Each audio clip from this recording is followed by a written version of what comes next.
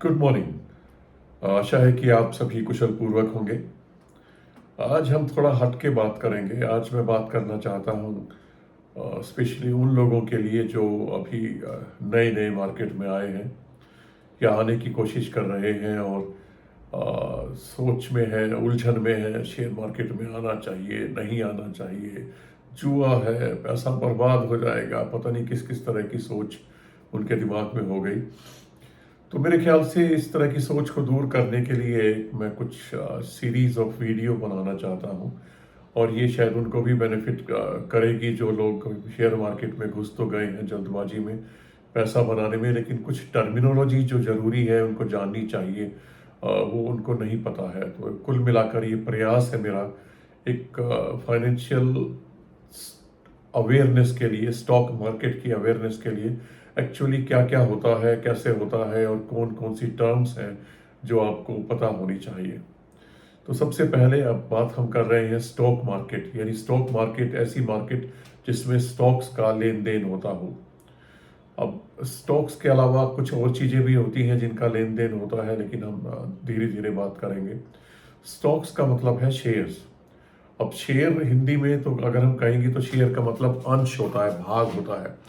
उदाहरण के लिए आप कोई कंपनी शुरू करना चाहते हैं और कंपनी में आप इक्विटी डालते हैं या कुल कंपनी का कुल वैल्यू डालते हैं 100, मान लीजिए 100 रुपये डालते हैं और उसमें आप अपने आप को, अपनी वाइफ को या फैमिली मेम्बर्स को कुछ शेयर्स अलॉट कर देते हैं। मान लीजिए 1-1 रुपये का शेयर आप निर्धारित करते हैं तो वो 100 शेयर हो गए और उसमें 50% मान लीजिए आपने रख लिया, 25% वाइफ को दे दिया, 25 अपने भाई को दे दिया, 25 अपने फादर को दे दिया। तो इस तरीके से आप ये शेयर होल्डिंग हो गई, यानी कि 4 लोगों के पास शेयर होल्ड है 25%, 25%, 25% या 50% और 50%। अगर दो है तो 50-50 हो गया, 4 है तो 25-25 हो गया 4 जगह पे।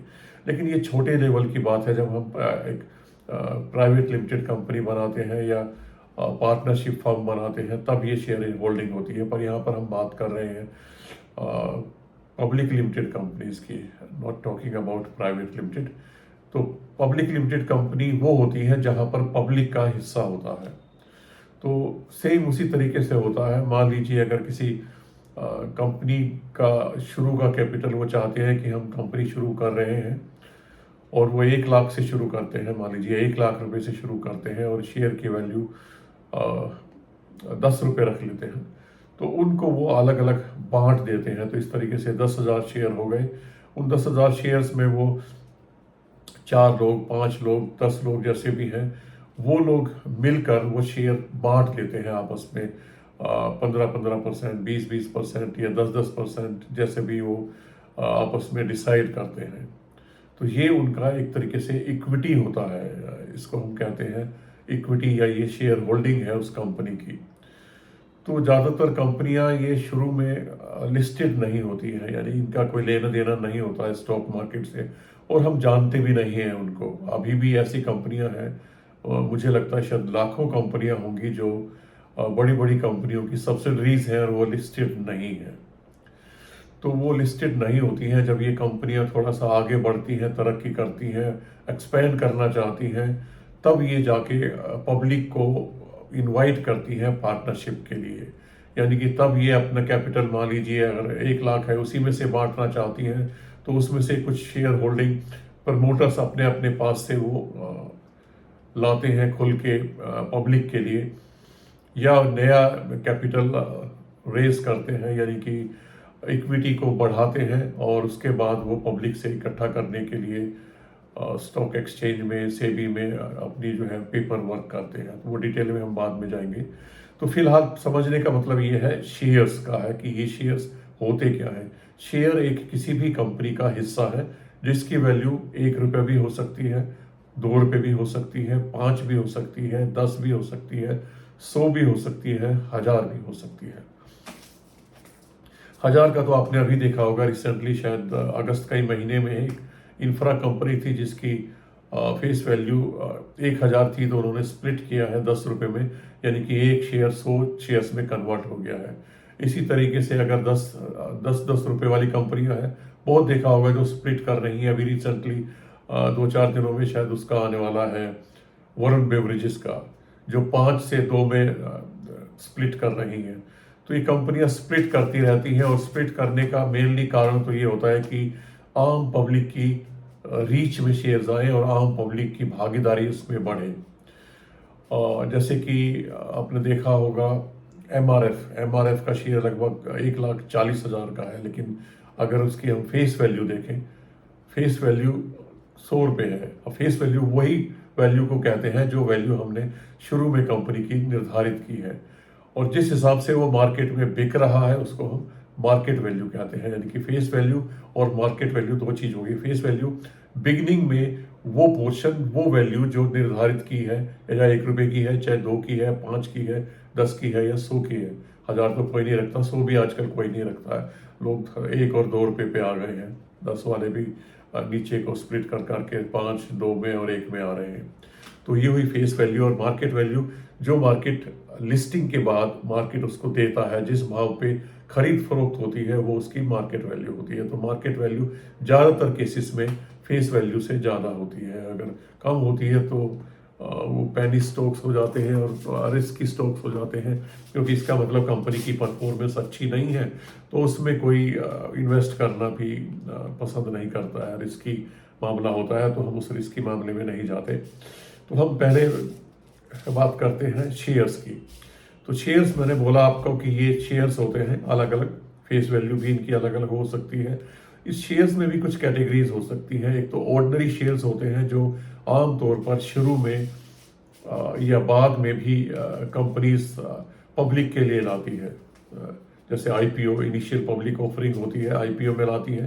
जैसे बहुत से आईपीओस हर रोज खुल रहे हैं, हर सप्ताह खुल रहे हैं। इस हफ्ते तो बहुत सारे आ रहे हैं, देख भी रहे होंगे। और बजाज हाउसिंग फाइनेंस का तो हॉट केक है, हर आदमी भाग रहा है उसमें अप्लाई करने के लिए। आपको भी करना चाहिए, अच्छा चांस है आगे के लिए अगर अलॉटमेंट हो जाता है तो उसके बाद ये ऑर्डिनरी शेयर्स कहलाते हैं। उसके बाद बोनस शेयर्स होते हैं। बोनस शेयर्स वो होते हैं जब कंपनी अपने शेयर होल्डर्स को लाभान्वित करना चाहती है, यानी कि 5 साल के बाद, 2 साल के बाद भी कुछ कंपनियां दे देती हैं, 10 साल के बाद भी दे देती हैं। तो ये लाभान्वित करने के अलग अलग तरीके होते हैं। एक तरीका तो कॉमन है, जो डिविडेंड देती है कंपनी। जितना भी अपना नेट प्रॉफिट होता है उसमें से कुछ अपना कैपेक्स प्लान के लिए या कुछ कैश रिजर्व रख के, और उसके बाद जो बचता है उसको नंबर ऑफ शेयर्स के हिसाब से बांट देती है। और जिस आदमी के पास जितने शेयर्स होते हैं उसके बाद उसी प्रोपोर्शन से उसको वो डिविडेंड मिल जाता है। एक तरीका तो शेयर होल्डर्स को फायदा देने का ये होता है। दूसरा तरीका शेयर होल्डर्स को फायदा देने का होता है बोनस शेयर। जब कंपनी के पास काफी रिजर्व हो जाता है तो वो कंपनी अपने शेयर होल्डर्स को लाभान्वित करने के लिए बोनस शेयर देती है, यानी कि फ्री में शेयर देती है। और ये रेशो कुछ भी हो सकता है, 1:1 भी हो सकता है, और 2 पे 1 भी हो सकता है, 5 पे 1 भी हो सकता है, 3 पे 1 भी हो सकता है, 10 पे 1 भी हो सकता है, 1 पे 2 भी हो सकता है, और 1 पे 10 भी हो सकता है। ये लास्ट के 2 एग्जाम्पल मैंने इसलिए लिए कि अभी रिसेंटली वीएसटी ने 1 पर 10 बोनस दिए हैं, और गॉडफ्रे फिलिप्स ने भी रिसेंटली 1 पर 2 बोनस शेयर अभी डिक्लेयर किए हैं। तो ये भी एक अच्छा तरीका है रिवॉर्ड करने का, शेयर होल्डर्स करने का, जो तो समय समय पर करती रहती हैं। लेकिन ये ध्यान रखिएगा कि जब इस तरीके के बोनस शेयर दिए जाते हैं तो प्रोपोर्शनेट वैल्यू जो होती है, मार्केट वैल्यू जो शेयर की होती है, वो उस हिसाब से कम भी हो जाती है।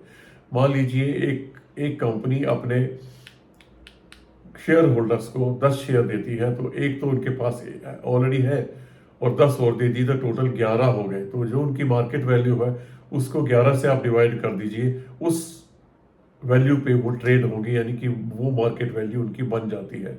इससे 2 फायदे होते हैं। एक तो शेयर होल्डर्स खुश हो जाते हैं, हालांकि वैल्यू नीचे आ जाती है उसी हिसाब से, और दूसरा कंपनी का फ्लोट बढ़ जाता है, शेयर मार्केट में बढ़ जाते हैं। तो इसका मतलब ये हो कि आम पब्लिक की रीच में वो पहुंच जाते हैं और लोग खरीद सकते हैं, पब्लिक का पार्टिसिपेशन उसमें बढ़ जाता है।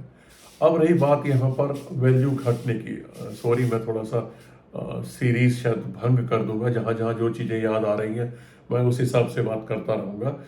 तो यहाँ पर पहले तो मैं बोनस से वैल्यू पे क्या असर पड़ता है वो बताना चाहता हूँ। यानी कि आपने 1 से डिवाइड किया 10 को या 11 हो गए, उसको जैसे भी होता है प्रपोर्शन वैल्यू हो गई। लेकिन हमें ये तो लगता है कि क्या फ़ायदा हुआ जब वैल्यू वो हो गई थी, लेकिन वो बहुत जल्दी जल्दी जल्दी जल्दी रिकवर कर जाती है, ध्यान रखिएगा। तो आप भी देखेंगे, अगर आपने देखे भी होंगे तो अगर कोई शेयर बोनस देने के बाद अगर वो मान लीजिए 100 रुपये पे आता है एक शेयर, लेकिन आप देखेंगे कि वो बहुत जल्दी ही कंपनी की परफॉर्मेंस के हिसाब से, और जैसे जैसे होड़ लगती है आम निवेशकों में उसको खरीदने की, उसकी वैल्यू बढ़ती जाती है और वो लोग फिर उसके पीछे भागते हैं। तो मेरा कहने का मतलब ये है कि अगर बोनस शेयर के बाद अगर आपकी मार्केट वैल्यू कम हो गई है तो निराश ना हो, ये बल्कि मौका होता है एक्युमुलेट करने का और बढ़ाने का, अगर कंपनी की परफॉर्मेंस बहुत अच्छी है तो। जैसे कि अभी रिलायंस ने 1:1 का बोनस इशू किया है, शायद अभी डेट तो नहीं आई है, रिकॉर्ड डेट नहीं आई है। अब मैं यहाँ पर एक और कैटेगरी का भी जिक्र करना चाहता हूँ। स्प्लिट के बाद भी ऐसा ही होता है, जब स्टॉक स्प्लिट होता है 10 से 5 में या 5 से 2 में या 2 से 1 में, तो भी उसी हिसाब से शेयर्स की मार्केट वैल्यू घट जाती है, जिस हिसाब से वो स्प्लिट हुआ है उसी में डिवाइड कर दीजिए, वो वैल्यू हो जाती है। लेकिन ये भी इसीलिए किया जाता है कि पब्लिक फ्लोट, पब्लिक पार्टिसिपेशन बढ़े और पब्लिक के पास इक्विटी ज़्यादा आ जाए, ज़्यादा खरीद फरोख्त होगी तो मार्केट बढ़ती है, यानी कि शेयर वैल्यू बढ़ती है। तो स्प्लिट के बाद भी इसी तरीके से होता है, और मेरी नज़र में वो भी एक अच्छा मौका होता है एक्युमुलेट करने का।